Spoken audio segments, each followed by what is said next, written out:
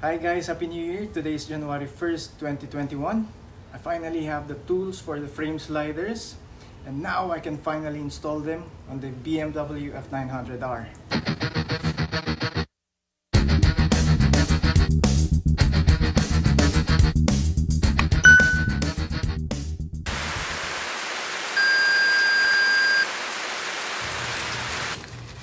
These are the frame sliders from Evotech.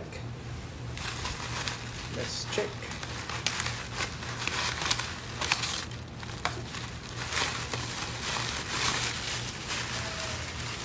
It's very well packed.